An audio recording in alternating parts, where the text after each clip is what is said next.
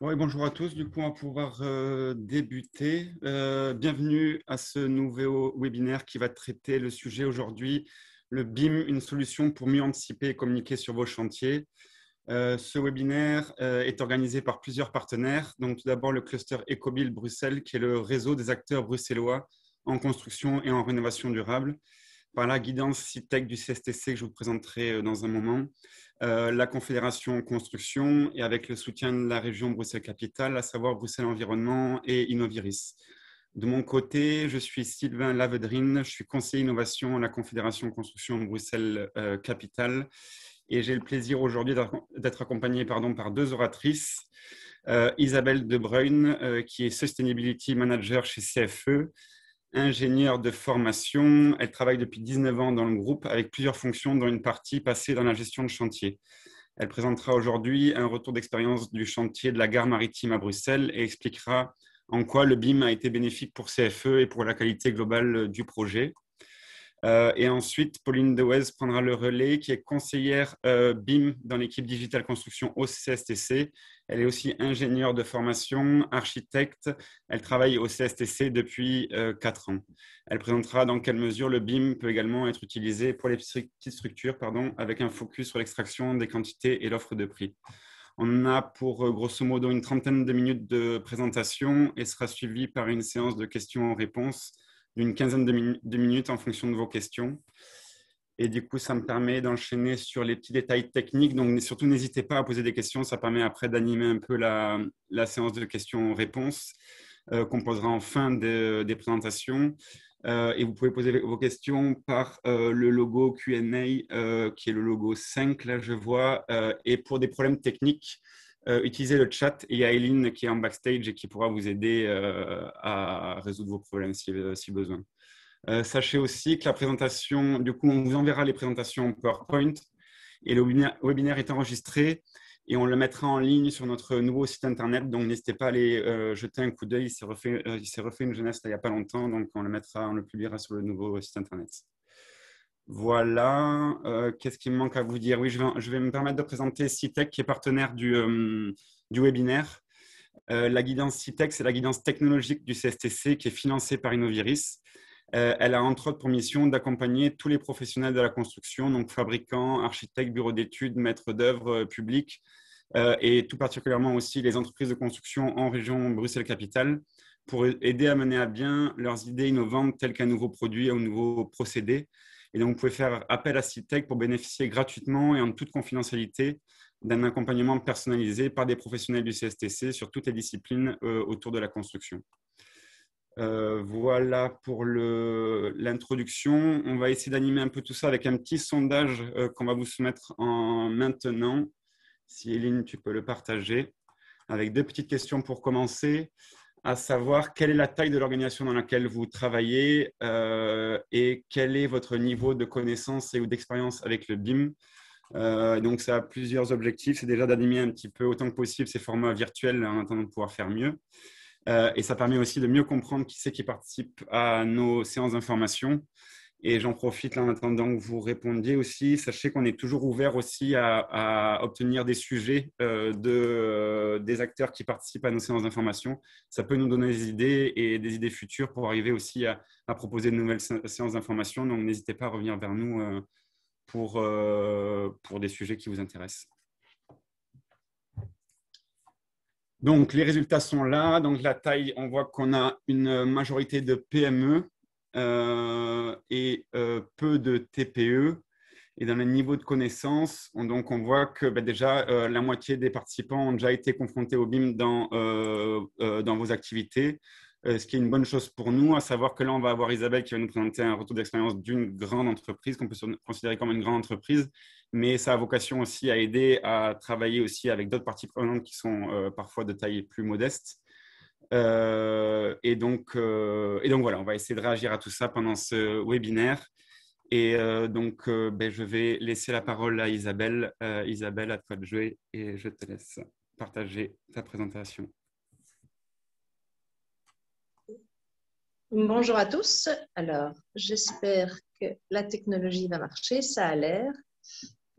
Vous m'entendez tous bien? Oui. C'est tout bon, ouais, en tout cas pour moi. C'est parti alors. Donc voilà. Hop, si ça veut bien. Voilà. Donc d'abord, je pense que la plupart d'entre vous connaissent déjà le groupe CFE, mais juste une petite piqûre de rappel pour ceux qui ne nous connaîtraient pas. Donc CFE, c'est en fait un groupe d'entreprises qui est composé de 3 grands pôles. CFE Contracting, pour lequel je travaille, BPI, qui est une entreprise de promotion immobilière, et DME, qui travaille dans l'ingénierie marine. Alors concrètement, CFE Contracting, qu'est-ce que c'est? C'est 3 grosses structures. Une qui fait de la construction pure, donc vraiment du bâtiment, VMA qui travaille dans le multitechnique et Mobix qui travaille dans tout ce qui est rail et utilities. Et nous sommes 3250 employés, à peu près moitié-moitié d'ingénieurs, enfin d'employés, on va dire, et d'ouvriers en utilisant un peu l'ancienne terminologie. Alors, on est déployé sur toute la Belgique, donc le pôle construction est composé de plusieurs noms qui vont peut-être vous dire un peu plus de choses, comme MBG, BPC ou Van Laar, qui sont nos 3 grosses entreprises de construction. Nous sommes aussi actifs en Pologne et au Luxembourg. Et tant VMA que Mobix sont eux aussi déployés sur l'ensemble du territoire belge. Alors, je voulais vous présenter le projet de la gare maritime parce que pour nous, c'est vraiment un projet qui représente une réelle réussite en termes d'utilisation du BIM et qui en plus est un projet qui, je pense, parle à beaucoup d'entre vous. On en a beaucoup parlé dans les médias. Je vous invite vraiment à aller vous promener dans ce chantier parce que bon, maintenant qu'il est terminé, on se rend compte à quel point c'est un endroit qui est vraiment très, très chouette. Donc, ce chantier a été construit par notre filiale MBG pour le client Extensa. Et donc, il se situe à Tour et Taxi. Alors, voilà quelques petites images pour que vous vous rendiez compte un peu à quoi ressemble le chantier au démarrage. Donc, il s'agit d'un chantier de rénovation, c'est-à-dire qu'on a conservé quasiment, on a conservé toute la structure métallique, toute la structure portante. Le bois de toiture a été rénové, mais réutilisé, et d'autres matériaux ont aussi pu être réemployés. Sur la toiture, on a des panneaux solaires, et donc en fait, à l'intérieur de cette structure existante externe, on a construit des blocs dans lesquels il peut y avoir des commerces et des bureaux. Alors, c'est un projet qui est super intéressant parce que de un, c'est un projet de rénovation pour lequel on a essayé de récupérer pas mal de matériaux, également les pavements de sol. Il y a aussi tout un système de récupération des eaux, de panneaux solaires, de géothermie. Donc, c'est vraiment un projet hyper innovant à plein de points de vue. Mais qui dit projet de rénovation d'envergure dit aussi difficultés et imprévus. Et donc, ce projet, il est aussi intéressant au niveau du BIM et il a été récompensé par le BIM Award 2019. Donc, petite preuve externe que ça a fonctionné convenablement, mais plutôt que les prix, intéressons-nous plutôt à vraiment concrètement ce que ça a signifié le BIM dans le projet. Et je dirais que ce qui est vraiment très, très interpellant, c'est que dès le départ, le BIM a été nécessaire et même indispensable pour que le chantier puisse démarrer. Au niveau de la logistique, effectivement, comme toute la structure externe a été conservée, les engins de levage traditionnels ne pouvaient pas être utilisés. Donc, grue à tour, etc., ou pont-levant, tout ça, on oublie. Et donc, pour pouvoir vraiment réfléchir à comment on allait installer ce puzzle à l'intérieur du chantier, on a fait une modélisation 3D de tout le bâtiment qui a servi donc de base au BIM et qui a permis à l'avance de réfléchir aux différents scénarios logistiques, voir quels engins pouvaient rentrer à l'intérieur, comment est-ce qu'on allait faire rentrer les derniers petits éléments qui étaient juste à côté de la toiture, etc. Et donc, toutes ces simulations ont pu être faites en amont et donc, ça a permis au chantier de rouler. Ensuite, comme vous l'avez vu, à l'intérieur du bâtiment, on a toute une structure bois et le bois, ça s'adapte particulièrement bien à un calcul de BIM puisque ce sont tous des éléments qui sont préfabriqués en avance. Et donc, pour être sûr que tout le puzzle s'emboîte bien et que tous les attaches et que toutes les jonctions mécaniques fonctionnaient bien, tout a été prédimensionné à l'avance. Et donc, en fait, le BIM a servi directement de base à tous les plans d'exécution. Donc, au total, en fait, on a plus de 6000 mètres cubes de poutres glulam et 4000 mètres cubes d'éléments CLT. Donc, ça fait un sacré volume d'éléments préfab. Et vous voyez un petit peu à quoi ressemble l'assemblage grâce aux images qui sont jointes. Et donc, vous voyez bien que les assemblages doivent être pensés, je dirais, au millimètre près, ce qui n'est pas l'unité habituelle dans la construction, surtout en gros œuvres, pour être sûr que tout fonctionne bien. Et tout l'ensemble du bâtiment a été modélisé. Donc, pas uniquement les éléments structurels, mais aussi les escaliers, tout le système de rampe, tout le système de garde-corps, pour s'assurer que la rythmique allait être correcte et que esthétiquement, tout allait être exactement tel que prévu. Donc, il ne faut pas oublier que tout ça se fait dans le cadre d'une rénovation avec des éléments préexistants. Et donc, tout ça a pu être anticipé grâce au BIM. Alors, là où c'est encore plus fort, je dirais, c'est au niveau des techniques spéciales. Donc, comme on est dans une structure bois, ça veut dire que toutes les réservations doivent être prévues à l'avance. On ne peut pas venir refaire une réservation par la suite, puisque les éléments bois, qui sont à la fois les éléments structurels, sont aussi les éléments structurels finaux. Donc, il fallait réfléchir à toutes les réservations lors de la préfabrication des cadres bois, mais pas uniquement les passages, mais aussi comment est-ce que ces éléments de technique spéciale allaient être insérés à l'intérieur de la technique. Donc, il fallait s'assurer que les courbes arrivaient bien à tourner. Donc, certaines réservations devaient être surdimensionnées pour s'assurer qu'on allait bien réussir à glisser des éléments, etc. Et donc, globalement, ça ressemble un peu à ça. Une forêt de canalisation et de câbles qu'il faut intégrer. Donc, ici, on voit l'image d'avant, c'était vraiment la représentation des techniques, et cette image-ci, c'est la superposition de ces techniques dans la structure, ce qui permet d'anticiper toutes les réservations, les jonctions et les différentes couches de techniques. Alors ça, c'est vrai pour la superstructure, on se l'imagine assez bien, mais c'est aussi vrai pour l'infrastructure. Parce que dans cette rénovation, on a dû prévoir toute une petite ville de canalisation, et quand vous voyez la taille qu'elles peuvent avoir avec l'image du camion à côté, ce n'est pas des petits éléments. Toutes ces couches de techniques spéciales en sous-sol et certains nœuds particuliers aux approches des chambres de visite ont été modélisés et ont permis l'exécution de ces techniques spéciales en sous-sol. Donc, vous voyez un petit peu à quoi ça ressemble ici. Mais je dirais qu'ici, on a parlé des différents avantages du BIM en tant qu'élément vraiment dans l'opérationnel, donc les plans de préfabrication, les plans de technique spéciale, les plans de réservation, on se l'imagine aussi. Mais le BIM, c'est aussi un formidable outil de communication, je dirais, entre les différents intervenants du chantier. Ça sert à la fois d'outil de communication entre l'entreprise générale, le maître d'ouvrage et l'architecte. Donc, pour s'assurer qu'on a bien compris ce qu'ils voulaient, s'assurer qu'on a bien compris quelles étaient les limites de leurs attentes. Ça permet aussi d'anticiper toutes les modifications. Parce que parfois, quand on travaille en 2D, on ne se rend pas toujours compte de l'implication d'une petite modification. Si on bouge une prise, on se dit « oh, pas très grave, c'est juste une prise qui bouge ». Mais parfois, ça peut avoir un impact beaucoup plus grand dans le projet. Et le fait de le modéliser en 3D permet de vraiment se rendre compte de toutes les implications d'une modélisation qui parfois vont avoir un impact sur le planning aussi.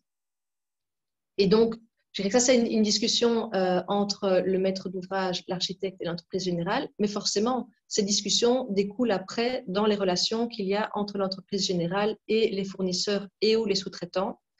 Et donc, le fait d'avoir une vraie modélisation, de pouvoir se projeter dans le projet final, permet de faciliter les discussions et les relations contractuelles après entre tous les intervenants.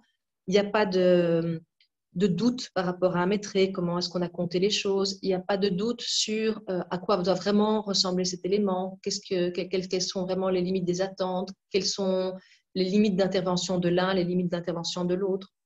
Donc, allez, vous l'entendez, je suis assez convaincue sur ce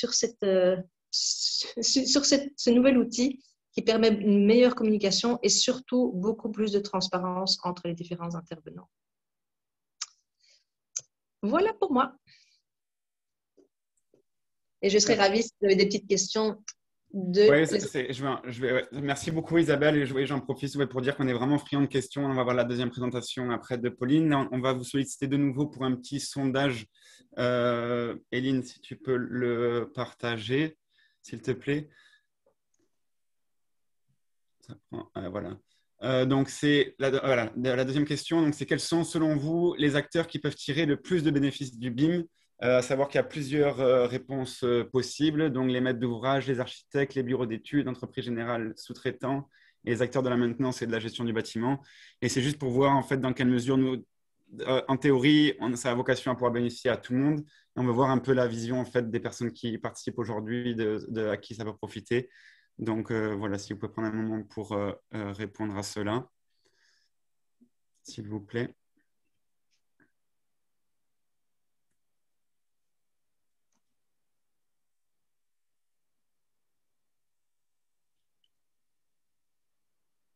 On arrive au résultat, donc merci beaucoup.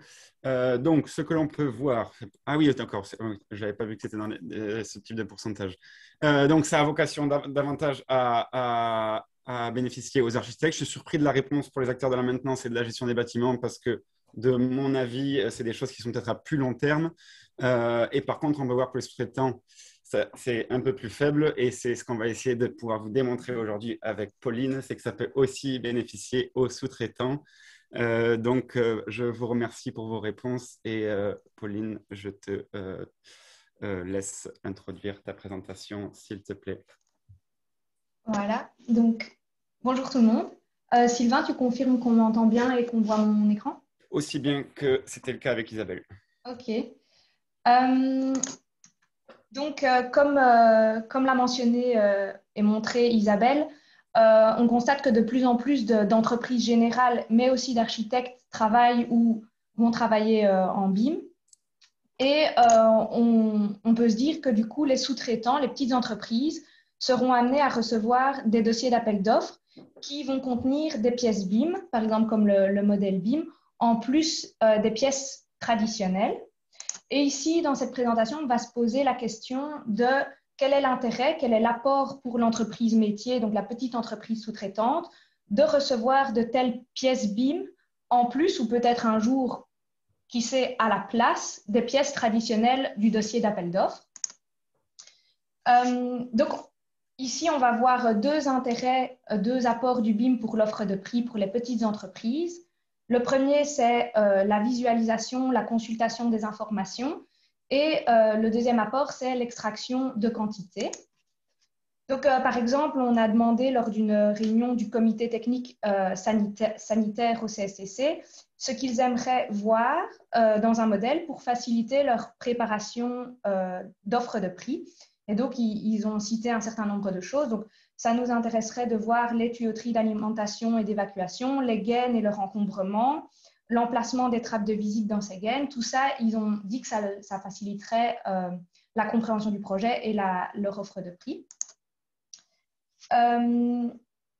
Ici, on va commencer par voir les apports de la visualisation de la géométrie et de la consultation des informations grâce au modèle. Pour ça, on a fait une petite vidéo dans un viewer gratuit. Donc, on voit qu'à l'aide d'un viewer, on peut voir le modèle sous les différentes façades, le modèle sous différents angles. On peut également faire des coupes. Donc ça, c'est pour la consultation de la géométrie. Mais alors, ce qui est important aussi, c'est que plus que la géométrie, le modèle nous permet aussi de prendre connaissance d'informations des objets, comme par exemple le matériau constitutif d'un mur, le code du cahier des charges, les dimensions, etc. Donc voilà, là, on voit que dans la fenêtre en bas à gauche du viewer, on peut consulter des informations relatives au mur. Ops. Un autre usage intéressant pour l'offre de prix, c'est qu'on peut prendre des mesures, vérifier des quantités. Ici, on va consulter toutes les quantités, donc les volumes des maçonneries portantes de 19 cm. Donc voilà, en un clic, on obtient des quantités assez rapidement. Et donc, ici, c'est gratuit, hein, ce viewer. Donc, on peut faire ça gratuitement, ce qui est intéressant pour les petites structures qui n'ont pas envie d'investir dans des logiciels payants. Donc voilà, certains viewers permettent de consulter des aires et des volumes. D'autres, comme celui-ci, BIM Collab Zoom, permet seulement de mesurer des longueurs, allez, ici des largeurs, hauteurs, mais en cliquant et en consultant les informations relatives au mur, on voit la surface et le volume. Autre fonctionnalité intéressante, c'est la possibilité de filtrer. Donc ici, on va filtrer sur base d'un nom. On va taper qu'on veut filtrer tous les objets qui sont des fenêtres. Hop, on voit toutes les fenêtres. Et puis, on peut faire un filtre supplémentaire pour dire maintenant, je ne veux que les fenêtres de telle dimension, 1,19 m sur 2 mètres. Donc voilà, on peut faire, c'est juste pour montrer qu'on peut faire toutes sortes de filtres sur toutes sortes de critères. Dernier point ici, on peut aussi commenter, créer des annotations gratuitement grâce au viewer. Donc ici, on sélectionne un objet. En fait, c'est avec le format de fichier qui s'appelle BCF. Donc on peut dire, par exemple, ce mur n'a pas le même volume que ce qui est mis dans le maîtrise cahier des charges, étrange.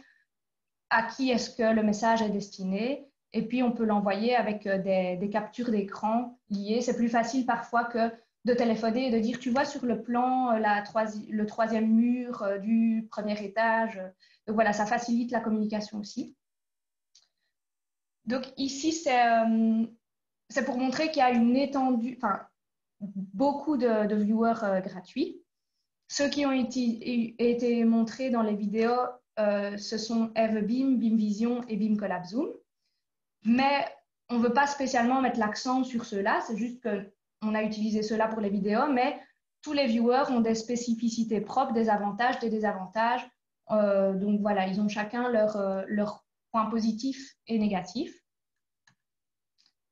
Donc, on a vu le premier point qui était l'apport de la visualisation, de la consultation. Et ce qu'on peut faire aussi, c'est faire des extractions de quantités dans des Excel. Un viewer qui permet de faire ça gratuitement, c'est EveBIM. Alors, en quelques clics, comment ça marche? Il y a ici un onglet dans EveBIM, Export propriété.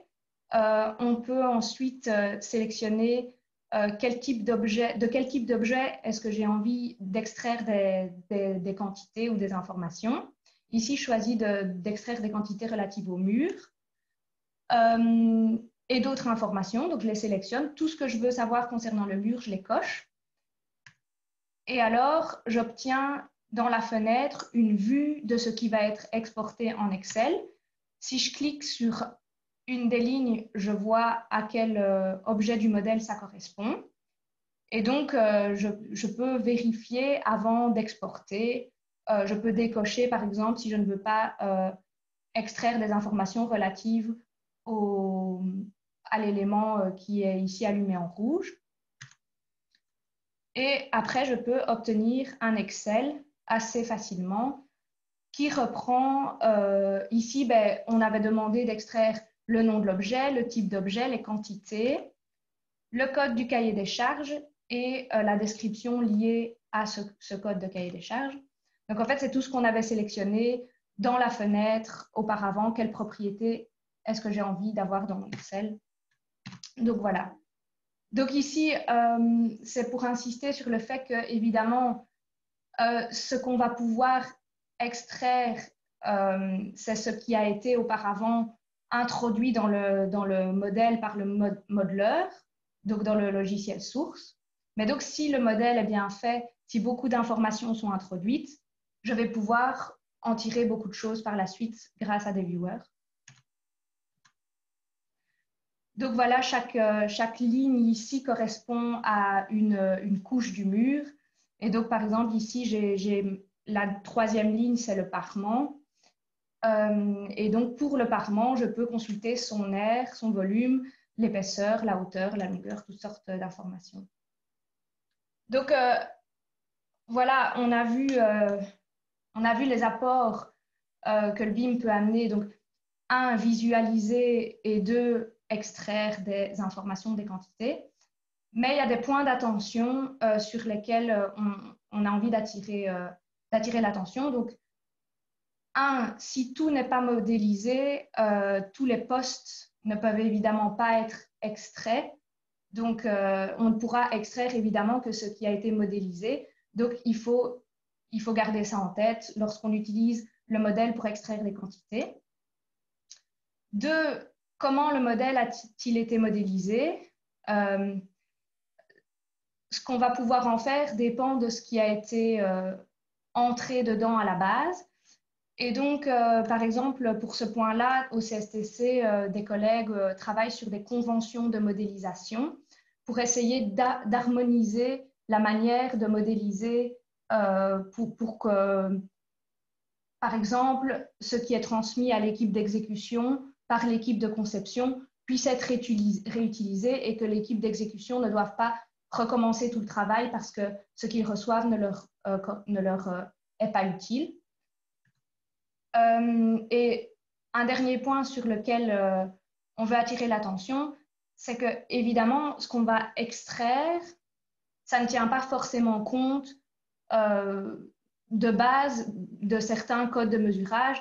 Par exemple, dans le code de mesurage ici, on dit que le plafonneur ne doit pas, quand les fenêtres font moins de 0,5 m², les ouvertures, fenêtres ou portes, sont petites, le plafonneur peut compter comme quantité, comme s'il plafonnait cette surface-là, alors qu'en vrai, il ne la plafonne pas vu que c'est une ouverture.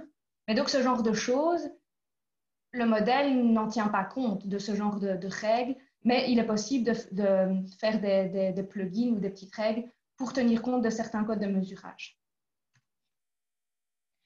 Donc voilà, ça c'est juste pour finir sur un peu de pub sur nos travaux. On va publier un BIM Starter Pack sur le site Digital Construction du CSTC. Il sera online la semaine prochaine. Donc voilà, ça c'est vraiment un pack qui reprend plein d'informations et qui est sur le BIM, les généralités, le BIM dans un projet, le BIM dans l'entreprise. Et donc voilà, donc c'était juste... il y a aussi des liens vers des vidéos où on montre comment utiliser des viewers, un peu comme on a vu aujourd'hui. Donc voilà, si ça vous intéresse, Sylvain vous enverra par la suite le lien. Voilà. Merci beaucoup, Pauline. On a la dernière question, dernier sondage, et après on va passer à quelques questions. Et donc oui, je confirme, on enverra un mail en fait avec des suppléments d'informations à tous les participants, où on mettra également le lien vers la présentation. Hélène, si je peux te demander de lancer le dernier sondage. Donc là, c'est plus orienté vraiment BIM. Quels sont les freins au BIM? Et donc, vous avez les différents freins, à savoir les obstacles tiennent de facteurs sociaux, les investissements sont trop lourds, il manque un cadre légal, les limites informatiques posent problème, les partenaires ne sont pas prêts, certains intervenants ne perçoivent pas les bénéfices de travailler en BIM. Donc, je vous laisse prendre le temps de répondre.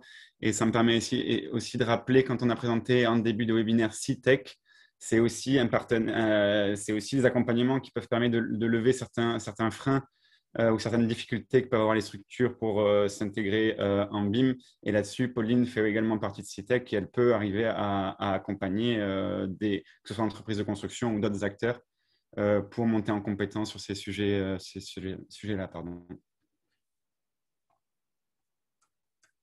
Et même, ça peut nous donner aussi des idées, toujours pour des futures séances d'information en fonction de ce que vous allez répondre.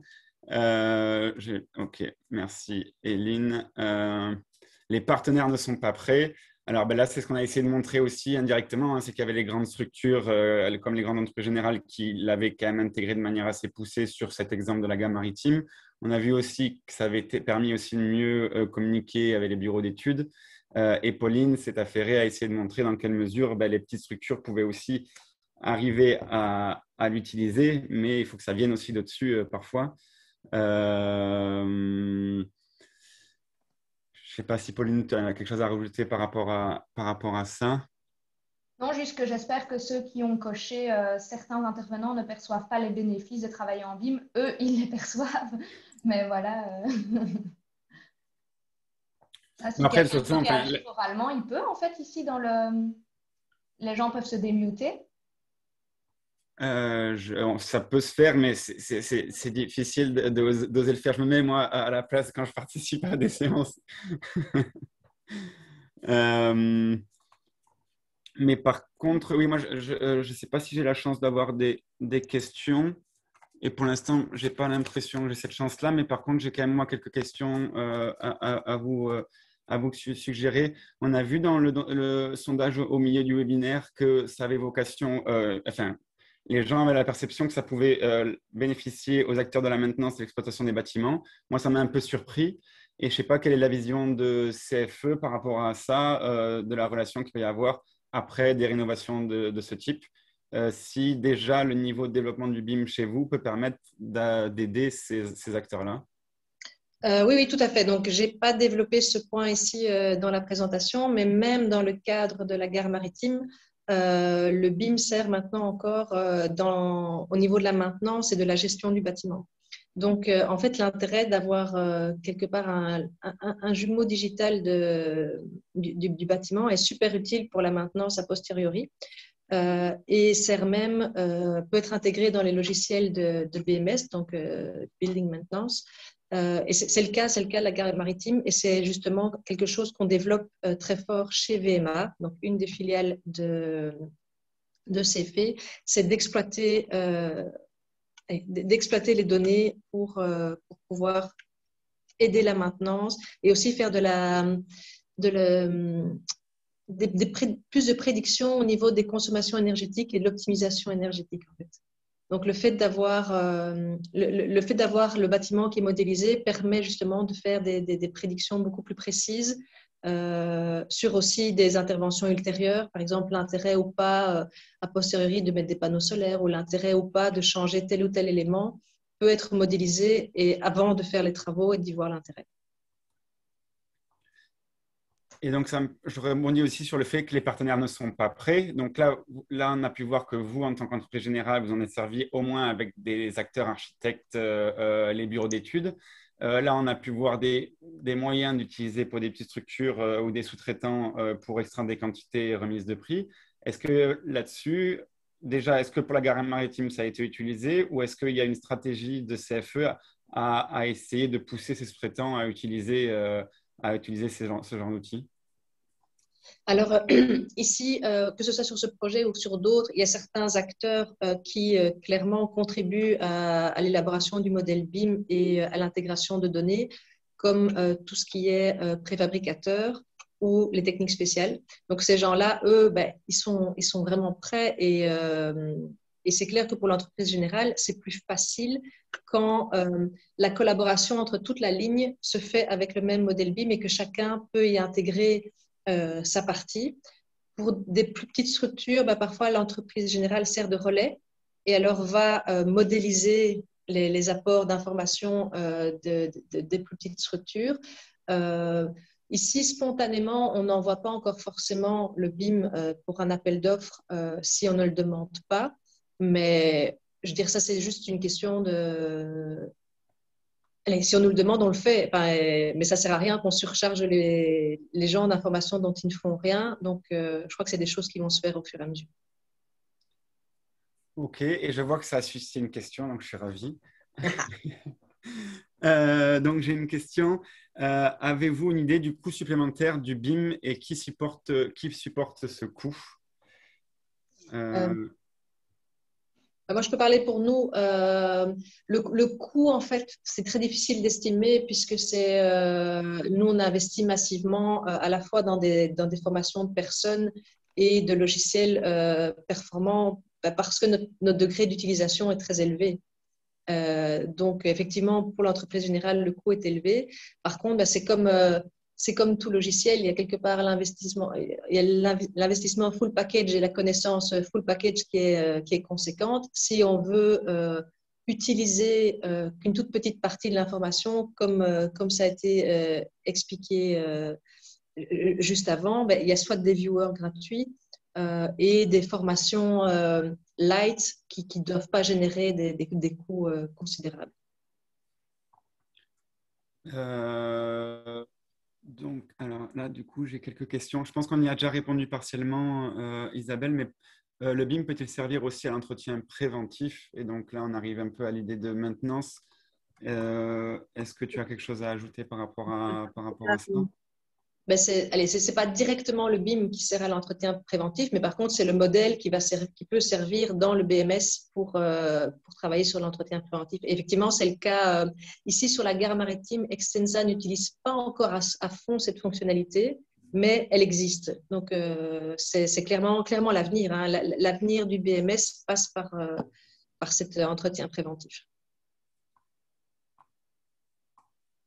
Est-ce qu'on pose des questions ici dans le chat ou sur le Q&A? Alors, pour moi, c'est sur le Q&A qu'il faut les poser. Il y a d'autres questions en fait sur le... Ah, c'est moi qui l'ai... Ah, ok. Ok, pardon, c'est moi qui ai fait une erreur. Ouais, sorry. Est-ce que l'initiative de travailler dans un cadre BIM venait du maître d'œuvre sur le projet de la gare maritime ou bien de l'entreprise? Ah, t'es en mute, Isabelle, pardon. Oui, donc au départ, effectivement, hein, l'entreprise générale seule ne peut pas être à l'initiative du BIM sur un projet puisque ça demande beaucoup d'informations de la part de l'architecte, etc. Simplement ici, l'utilisation du BIM et le moment où ça a été mis en place a quelque part été accéléré par les besoins de l'entreprise pour justement pouvoir préparer son chantier en termes de logistique, etc. Donc, effectivement, parfois, l'utilisation du BIM se fait quand le modèle est 100% prêt, 100% défini par l'architecte. Ici, tout n'était pas nécessaire pour pouvoir l'exploiter et donc l'entreprise l'a quelque part utilisé un peu plus tôt que dans des cadres habituels pour pouvoir prévoir sa logistique. Ok. Un trop grand BIM et entreprise sociale, un trop grand investissement. Alors, je ne sais pas si si j'ai bien compris la question. Je ne sais pas si ça, Pauline ou Isabelle, ça vous parle, mais de mon côté, je ne suis pas bien clair. Non, entreprise sociale, c'est... Alors, attends. Si vous voulez bien, c'est Recon, si vous pouvez préciser un peu la question. Sinon, moi, je vais en profiter pour une ou deux dernières questions que j'avais aussi de mon côté. De ton côté, Pauline, ouais, on a vu là des bénéfices du BIM avec cette extraction et offre de prix. Est-ce que tu sais essayer d'élargir un peu les bénéfices que peuvent apporter du BIM pour les petites structures? Est-ce que tu sais nous en dire un peu plus là-dessus? Oui, mais en fait, Isabelle l'avait bien expliqué, mais je pense que c'est important de le répéter, c'est que ça va vraiment amener moins de surprises, en fait. Moins de surprises sur chantier, par exemple. Donc, une erreur qui arrive sur chantier est beaucoup plus coûteuse que si on la détecte avant grâce à la meilleure communication, à la meilleure transparence et à un modèle clair. Donc, moins de surprises, du coup, peut-être moins de surcoûts imprévus. Et c'est vraiment toute cette communication et cette collaboration facilitée parce que tout le monde voit la même chose, comprend la même chose, discute de la même chose. C'est vraiment bénéfique pour tout le monde et pour les petits qui aussi, quoi. Donc, et alors, la meilleure compréhension, ça permet de mieux se préparer. Donc, préparer mieux le nombre d'hommes nécessaires, le matériel nécessaire, les matériaux nécessaires. Donc, c'est toute la meilleure compréhension amène une meilleure préparation, moins de surprises, une meilleure gestion du planning, du travail. Donc, pour moi, c'est vraiment tout ça. Ouais, je me permets juste d'ajouter un petit détail qui n'est pas forcément du BIM, mais via ce que propose le CSTC. Des fois aussi, pour les toutes petites structures, il y a des premières étapes qui peuvent ne serait-ce que juste numériser ces infos en termes d'offres de prix et de coûts. Et il y a l'outil CPRO, qui est un outil gratuit proposé par le CSTC et qui, des fois aussi, quand on dit que les partenaires ne sont pas prêts, ça peut être aussi des fois des petits pas via ne serait-ce que s'intégrer sur l'outil CPRO pour arriver à commencer à structurer un peu son information et qui peut après permettre de nouveaux développements si les petites structures veulent aller plus loin via du BIM un peu plus poussé comme tu nous as présenté aujourd'hui. Je suis ravi, j'ai encore quelques autres questions. Nicolas Goudot, donc Goubeau, pardon.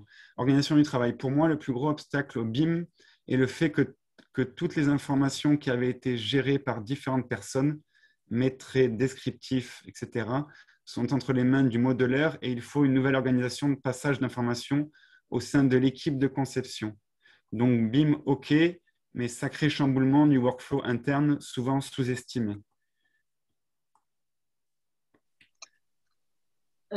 Si je peux me permettre de répondre à cette question-là. Mais je trouve que justement, le BIM soulève un problème qui était justement sous-estimé en amont, c'est que souvent des chantiers démarraient en n'étant pas suffisamment préparés. Et donc, quelque part, et c'est là que des problèmes arrivent souvent lors de l'exécution, c'est parce qu'on n'a pas pensé à tout ou on n'a pas bien anticipé, parce que justement, chacun travaillait de son côté. Et c'est quand même un tout petit peu plus intéressant de découvrir des clashs ou des problèmes de coordination entre différents intervenants sur un modèle digital que sur site. Tous les gens qui ont déjà travaillé sur chantier, qui participent à la présentation ici, ont déjà certainement vécu ces moments où on se rend compte que les choses ne collent pas, qu'il faut trouver une solution, qu'il faut quelque part un peu bricoler. Alors que le fait d'avoir anticipé tout ça grâce au modèle digital permet beaucoup de discussions en moins. Donc, sans doute que ça chamboule un peu le travail en amont, mais certainement que ça facilite le travail sur site par après. Donc, ça vaut la peine, je pense. OK. Alors, merci Isabelle. J'ai encore 2-3 questions. Je vais essayer de ne pas en oublier. Le projet a-t-il été remodélisé en maquette d'exécution pour une exploitation de quantité? Je ne sais pas si vous êtes au clair par rapport à la question. Ici, ça n'a pas été, si on parle du projet de la gare maritime, on n'a pas exploité le potentiel jusqu'au bout, sauf, je pense, pour certains intervenants type forcément préfab et technique spéciale, mais je veux dire, on n'a pas exploité le modèle pour travailler avec des petits sous-traitants. C'est une possibilité qui existe, mais qui n'est pas encore, en tout cas sur ce projet-là, n'a pas été exploitée jusque-là. Okay. On a encore spectateur anonyme qui nous demande pour quel type de projet le BIM apporte-t-il, selon vous, une plus-value et pour lesquels non? Alors là, on avait l'exemple de la gare maritime où c'est sûr qu'il y a un effet de masse qui peut peut-être permettre de plus facilement l'implémenter. Est-ce qu'on est capable d'arriver à diviser des catégories de bâtiments, neuf, rénovation, tout ça? Pauline, peut-être que tu peux en dire un mot là-dessus de manière plus générale. Oui, pour moi, c'est pour aller, quelle que soit la taille, quel que soit le type de bâtiment, ça apporte juste le fait de tous se comprendre et de parler de la même chose et d'avoir un modèle qui a une base de données qui rassemble tout. C'est intéressant, quelle que soit la taille et quel que soit le type de bâtiment. Par exemple, à titre personnel, on fait une rénovation avec mon compagnon et on a remodélisé. Et pour les commandes, c'est facile, quoi, pour recommander les blocs, parce qu'on a dû remettre des blocs, les quantités d'isolant en toiture. Ça prend 2 secondes, quoi. Hop, extraction de quantité, on commande, ça va plus vite. Donc, je veux dire, allez, peut-être que la modélisation ne doit pas être aussi précise. Le niveau de détail de la modélisation ne doit pas toujours être hyper précis. Ça dépend de ce qu'on veut en faire après, quoi. Mais pour moi, dans tout projet, c'est utile. Ok, je vais prendre encore peut-être une question ou deux. Alors, on est d'accord que les différents intervenants sur un projet de construction sont plus ou moins prêts et matures en termes de BIM. Du coup, pensez-vous qu'il faudrait revoir à la hausse les temps laissés aux intervenants en phase amont, conception, préparation de chantier? Mais là, c'est peut-être un exemple avec la gare maritime. Est-ce que tu as la sensation d'avoir eu suffisamment de temps en amont pour arriver à préparer en fait tout ce projet via le BIM, ou ça a été aussi un peu sportif parce que parce qu'il fallait le faire et que sur un cas comme ça, il y a eu certaines difficultés, pardon. D'expérience, je ne connais pas un seul chantier où on a trop de temps. Donc, on fait avec le temps qu'on a et qu'on nous laisse. Ce chantier-là, il a été comme les autres, il a été sportif. Mais effectivement, la chance d'une entreprise générale, c'est que s'il faut mettre des moyens en personne pour relever un challenge, ben voilà, on est staffé pour pouvoir le faire. Mais actuellement, c'est ce que je disais un petit peu tout à l'heure. Actuellement, les plannings sont beaucoup trop courts en phase d'exécution et le temps entre le moment où on reçoit une commande et le moment où on doit l'exécuter reste encore trop court. Et je pense que les choses seraient vraiment facilitées si on avait des vrais beaux teams dans lesquels l'entreprise générale était intégrée vraiment beaucoup plus tôt et qu'il n'y avait pas cette scission entre la conception et l'exécution qui, je trouvais très, très négative. Et même pour rebondir après sur les petites structures, Pauline, là, on voit qu'il faut quand même arriver à intégrer un certain nombre de compétences, ne serait-ce que même si il n'y a pas forcément un investissement en coût qui est important, comme on l'a vu avec ces outils gratuits.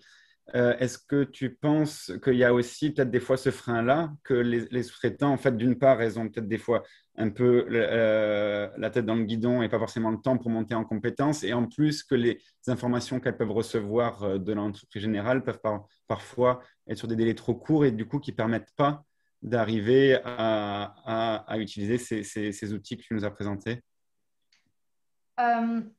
Moi, niveau temps à investir pour apprendre à utiliser, à tirer des bénéfices d'un BIM via un viewer gratuit, ça ne prend pas beaucoup de temps, c'est assez intuitif. Donc, je pense que ce n'est pas le temps. Allez, on donne une formation en 3 heures, les gens maîtrisent un peu le viewer et puis c'est bon, et puis ça va plus vite pour l'extraction de quantité, quoi. Mais ce qui est le frein, c'est que ils doivent recevoir quelque chose qui est bien modélisé, qui leur est utile, qui contient les informations dont ils ont besoin. Donc, pour moi, c'est la qualité de ce qu'ils reçoivent actuellement encore qui n'est pas toujours idéale. Et c'est pour ça que les conventions de modélisation sont importantes.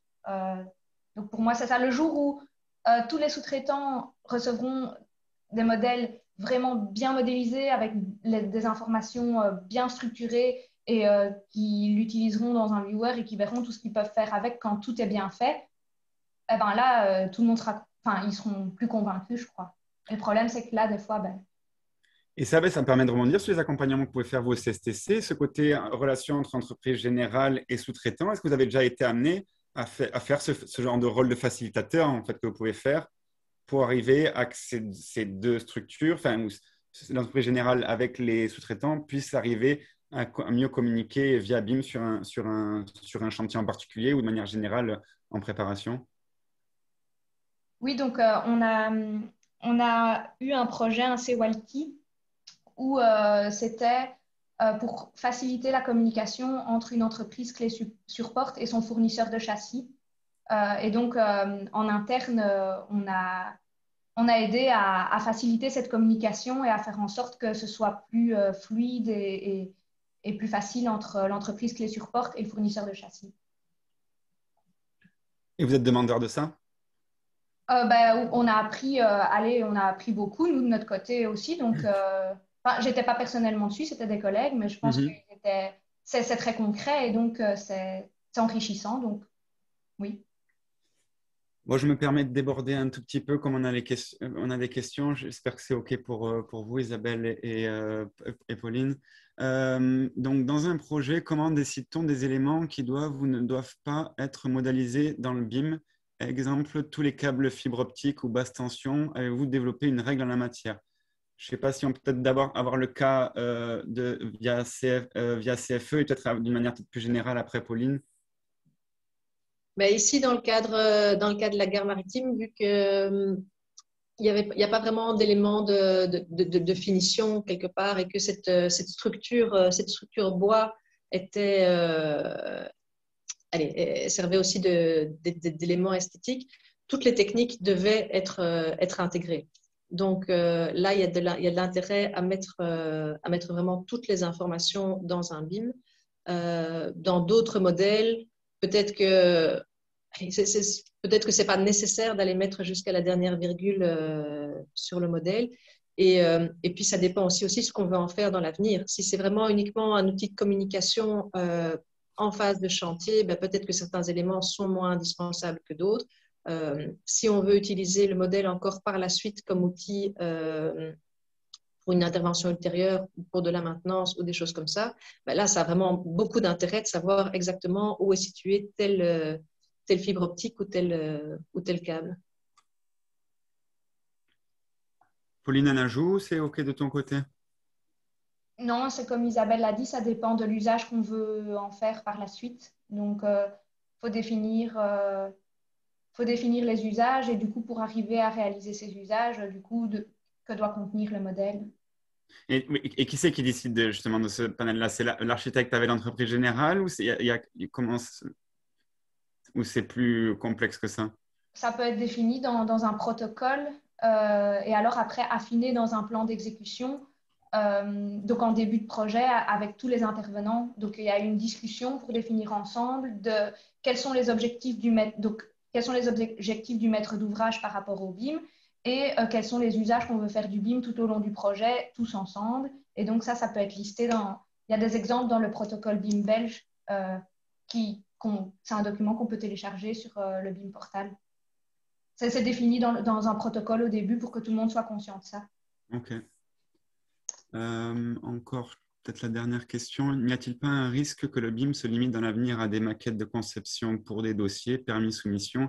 Et là, je pense qu'on a essayé de montrer justement aujourd'hui via le retour d'expérience de CFE et également le développement aussi vers les petites structures, je pense que ça a vocation en tous les cas à ne pas se limiter à ça. Je ne sais pas si vous êtes d'accord avec ça ou si vous voulez ajouter quelque chose à ça. Ça serait une maquette bien chère si elle servait que à ça. OK. Je pense que c'est quasiment bon. Sauf si ma mémoire me fait défaut, mais je pense que j'ai pas posé qui prend la responsabilité des plans d'exécution, pardon. La cellule BIM, cela veut dire que les intervenants sont-ils déchargés? Non, pas du tout. Non, parce que le flow, le flow de transfert d'informations et d'approbation reste quand même relativement similaire à ce qui se passe dans un chantier classique. Donc, si on prend un élément de préfa, ben il va y avoir un système d'extraction et de réintégration des données avec le modèle BIM, mais ça passe quand même par des plans d'exécution et de l'approbation de plans, comme on peut le faire de manière traditionnelle. Donc, le responsable reste le fabricant de l'élément. Quelque part, finalement, le modèle BIM, il sert à vérifier en 2 clics que les dimensions sont les bonnes, etc. Donc, c'est hyper facile à vérifier. Je me souviens quand je devais vérifier des plans de prémur ou de prédale, on passe un temps fou avec sa calculatrice à vérifier que les dimensions sont bonnes. Alors que là, en collant l'élément, on voit tout de suite si ça marche ou pas. Mais ça reste, la responsabilité reste chez le fabricant. OK, merci. Je pense que si je ne fais pas erreur, j'ai posé toutes les questions. J'avais un dernier commentaire à titre un peu humoristique qui disait « La formation, c'est une chose, mais il faut ensuite pratiquer pour ne pas oublier comment faire. » Et c'est vrai que c'est évident, mais bon, on a vu que l'objectif, c'est que ça se démocratise et que plus ça se démocratisera, peut-être qu'on oubliera un peu moins du coup. OK, donc pour les questions, on va arrêter là, comme je vois que je déborde et que j'ai encore 2-3 petites choses à vous dire. Je vais essayer de partager pour finir. J'avais une slide pour vous demander de poser des questions, mais du coup, c'est OK. Moi, je me permets juste en fin de webinaire de communiquer un peu sur la cellule dans laquelle je fais partie et qui est liée à CITEC qu'on a bien présenté tout à l'heure. Et pour vous dire que cette cellule innovation via la Confédération de construction peut faire aussi le premier contact avec les entreprises de construction pour des sujets très larges et que je suis soutenu par le CSTC en fait pour après arriver à vous proposer des accompagnements personnalisés et qui ont vocation à essayer de favoriser l'innovation dans la construction et à savoir que Innoviris est friand en fait d'arriver à amener des entreprises de construction à innover. Donc, il ne faut pas hésiter à nous solliciter et on sera ravis de pouvoir vous proposer des accompagnements, le CSTC et moi-même, sur ces sujets-là. Voilà, je ne vais pas en dire trop comment on déborde un petit peu, mais je vais quand même déjà vous remercier à tous pour la participation. Remercier chaleureusement Isabelle et Pauline pour vos interventions et pour le plaisir que c'était d'organiser ça avec vous, et également avec Quentin Laffineur du cluster EcoBuild et Eline et Ludwig qui me permettent d'arriver à organiser ça de manière un peu plus sereine. Donc, je vous remercie beaucoup pour ce moment et je vous souhaite une bonne journée et de pouvoir profiter de ces beaux jours. Ah, il y a encore une question. Ah, j'ai oublié une question. Bon, tu Non, me fais déborder encore Ah, plus, Eline, déjà que je suis en retard.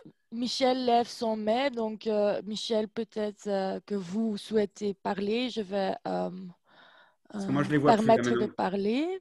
Ouais. Donc, Michel, vous devez cliquer sur le bouton qui va activer le micro. C'est vrai que moi, je ne le vois pas, Eline, donc ça, je te Non? laisse. Ah, ok. Du Non. coup Ok, non. Non. Après, on reverra les questions hein, qui ont été posées. S'il y a eu un oubli ou s'il y a une précision à apporter dans le mail qu'on fera à la fin, on pourra aussi essayer d'apporter un peu plus d'informations plus précisément s'il y a des questions qu'on a oubliées. Donc, on a eu beaucoup de chance d'avoir autant de questions, mais ça a peut-être pu aussi avoir pour conséquence d'avoir 2-3 oublis.